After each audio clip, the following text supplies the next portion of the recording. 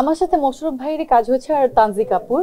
তো মোশাররফ ভাইয়ের সাথে আমার প্রথম, একদম এটা আমার প্রথম কাজের অভিজ্ঞতা। তার আগে আমি অনেকবার নাটক করার জন্য কল পেয়েছিলাম, কিন্তু আমার সবসময় কেন যেন মনে হতো যে আমি মোশাররফ ভাইয়ের সাথে কাজ করলে একটু ওয়েব বলুক বা একটু ফিল্ম বলেন, একটু ভালো কোনো প্রজেক্টেই শুরু করতে চাচ্ছিলাম। ভালো গল্প, ভালো নির্মাতা ওয়েট করছিলাম। তো যেদিন আমাকে ভাই আমাকে যখন বলো, অমিতাভ ভাই, যে এরকম তোকে নিয়ে একটা গল্প ভেবেছি, তুই ৮ নম্বর বউ, সবার শেষ বউটা তুই।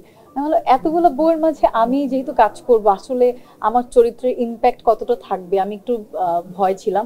কিন্তু আসলে অমিতাভ ভাইয়ের উপর আমার ভরসা আছে যে উনি অনেক ভালো একজন ডিরেক্টর, আর সাথে মোশাররফ ভাই।